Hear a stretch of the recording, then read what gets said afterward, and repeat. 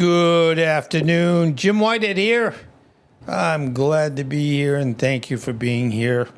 Either whether you're watching this in live or whether you're watching it on the replay. Anyway, today we're going to talk about animals that live in the Rocky Mountains. I have been to the Rocky Mountains. It's one of the most wonderful places to be. It's beautiful. It's great for hiking. And as you see as we go through this presentation, there are so many wonderful animals that call this their home.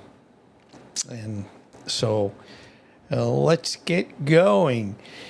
The Rocky Mountains, a vast mountain range stretching across western North America, are home to a diverse array of wildlife, with ecosystems varying from alpine tundra to dense forests.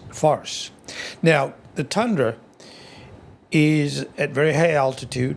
It's cold, no trees, rocky a little bit, but it's at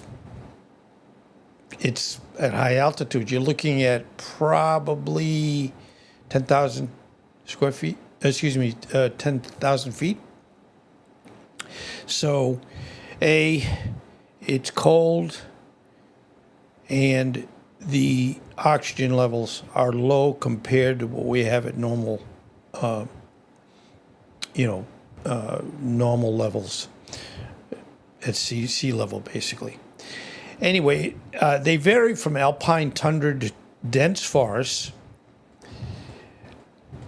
First, we're going to start with the mammals that are in there in the Rockies. And of course, some of these you probably are better seeing them by me showing you a picture than if you're hiking and you come upon a grizzly.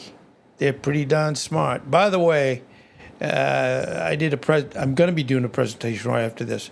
This morning, I went into the 5 acres of totally vast tree, land that's not been cleared or its natural environment. And I know in there that we have bears here in Naples, that I know there's a family of bears in there. And I had taken with a camera, which is kind of stupid in a way, but I wanted to see if I could get some pictures. But hopefully you'll get a chance to look at that when I get that up. Okay, grizzly bears. These formidable predators roam the higher elevations, are known for their immense strength and size. They are particularly active in summer and fall, storing fat for hibernation.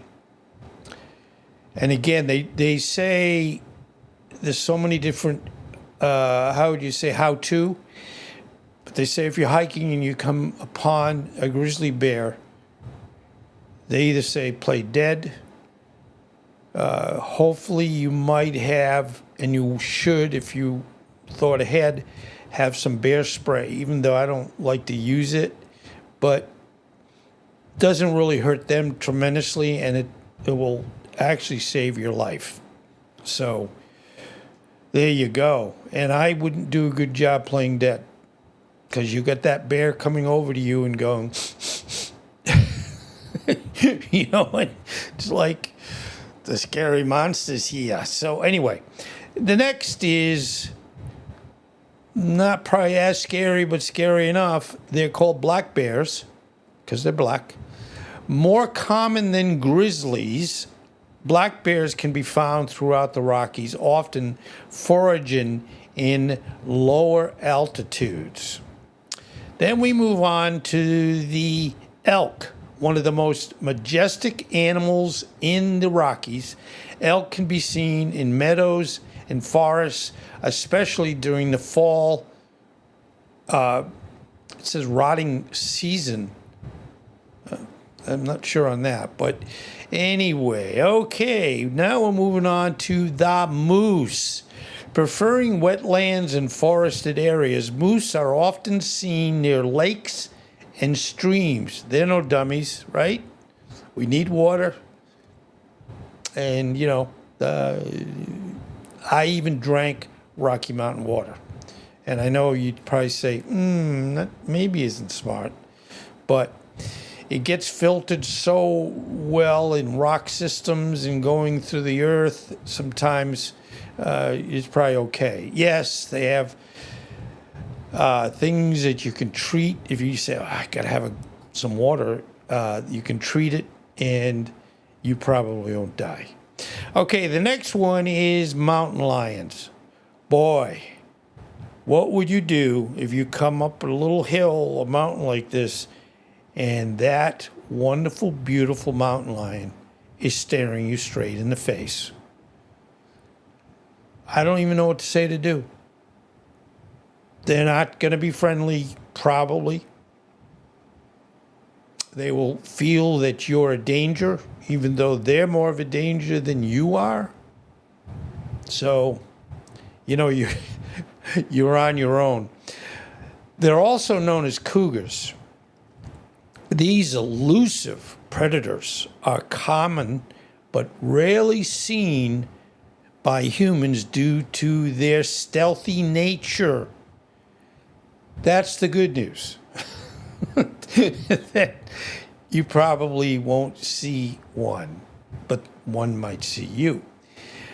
When I hiked in the Rockies,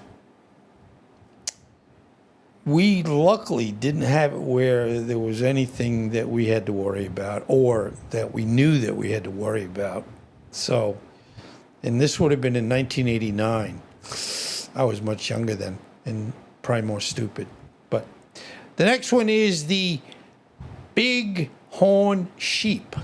Known for their large curved horns, bighorn sheep are often seen on rocky cliffs and steep terrain. The neatest thing with all animals, wherever they are, they typically have tools, body parts that help them do and be safe where they are. So obviously, these bighorn sheep are on rocky cliffs. And so they have 4 legs, and, they're pretty good at being able to stay upright and not have any point of where, whoops, and they hurt themselves. So they're geared up for the population. All right, the next wonderful animal is the wolf. After being reintroduced to parts of the Rockies, wolves have made a comeback, contributing to the balance of the ecosystem by controlling prey populations. I didn't know, and again, as I said, every day I do this, I learn things I didn't know. I would have just instinctively said, well, of course in the Rockies you're going to have wolves. But they probably, so much time ago, they basically,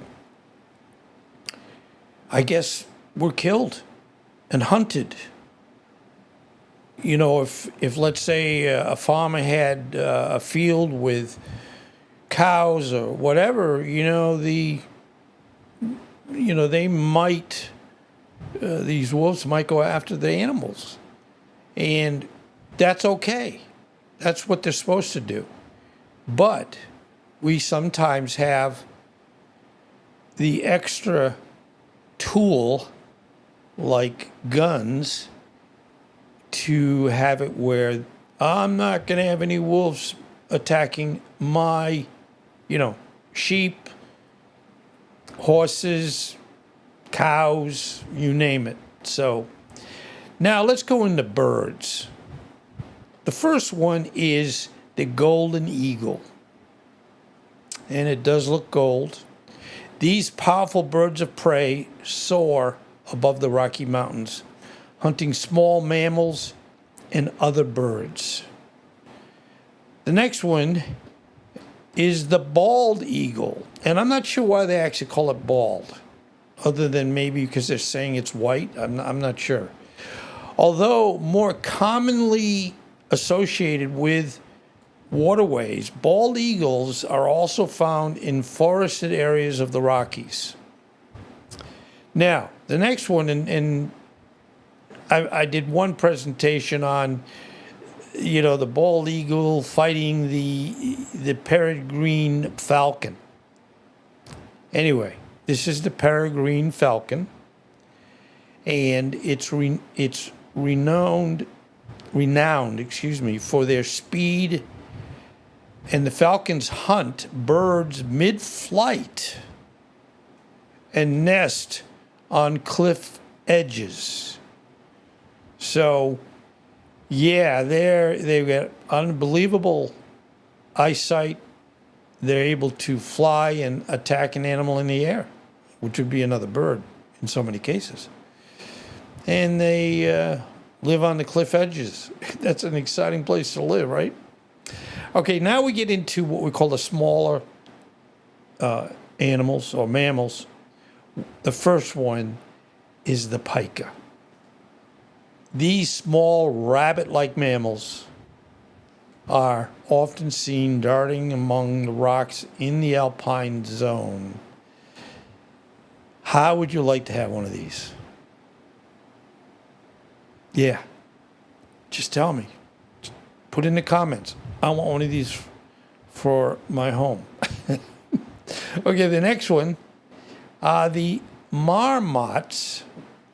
They're large ground squirrels, like it's bringing you a bouquet, I should say, of grass. They are large squirrels, as I said, that are common in meadows and rocky areas known for their loud whistles.